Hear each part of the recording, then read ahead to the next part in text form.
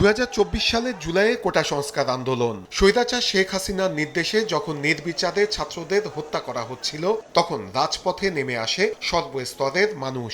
15.5 বছরের শাসনামলের গুম, বিচার বহির্ভূত হত্যা, ভোটাধিকার হরণের বিরুদ্ধে বিস্ফোরণ ঘটে ক্ষোভের। আন্দোলন রূপ নেয় গণঅভ্যুত্থানে।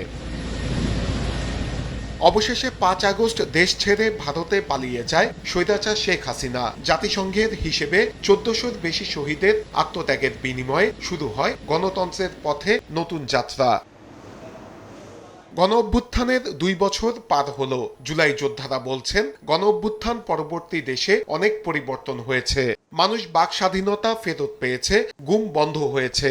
এখন জুলাই সনদের বাস্তবায়নের বিষয়ে সরকার আন্তরিক হবে, এমনটাই প্রত্যাশা তাদের। জুলাই সনদটা বাস্তবায়ন করলেই ম্যাক্সিমাম প্রত্যাশাগুলো আসলে পূর্ণতা পাবে। আমাদের যে নতুন সরকার আছেন পূরণ করে দিবে না, আমি এটা আশাবাদী। জুলাই শহীদ পরিবার বলছে, জুলাই হত্যাকাণ্ডের সাথে জড়িতদের বিচারের গতি অনেক কম। এসব বিষয়ে সংশ্লিষ্টদের ব্যবস্থা নিতে হবে। কিভাবে লোক বাড়ালে, কিভাবে কোথায় কাকে সাপোর্ট দিলে এই মামলাগুলো, এই তদন্তগুলো যত দ্রুত হবে ততই আমাদের জন্য একটা শান্তির জায়গা।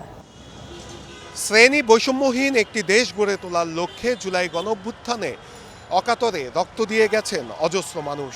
শহীদদের আত্মত্যাগের যথার্থ মূল্যায়ন দিতে হলে গণতন্ত্র এবং আইনের শাসন প্রতিষ্ঠায় সকলকে ঐক্যবদ্ধভাবে কাজ করতে হবে, এমনটাই বলছেন রাজনৈতিক বিশ্লেষকরা বলছেন, জুলাই গণঅভ্যুত্থানের পর মানুষ ভোটাধিকার ফেরত পেয়েছে, মানুষের রাজনৈতিক স্বাধীনতা প্রতিষ্ঠিত হয়েছে। তবে দলগুলোকে সহনশীল রাজনৈতিক পরিবেশ নিশ্চিত করতে হবে। আমার কাছে যেটা মনে হয়, আমি জুলাইকে অলমোস্ট মানে সব কাজ যে আমরা একদিন অর্জন করতে পারবো এটা তো সম্ভব না, কিন্তু আমি মনে করি অন্যান্য গণঅভ্যুত্থান তুলনায় আমরা কিন্তু জুলাইয়ের পরবর্তী সময়ে অনেক কিছু অর্জন করে ফেলেছি। পৃথিবীর অন্যান্য দেশে বিপ্লব বা গণঅভ্যুত্থানের পরে যে বিশৃঙ্খলা তৈরি হয়, সেই তুলনায় বাংলাদেশে কমই হয়েছে বলে মনে করেন বিশ্লেষকরা।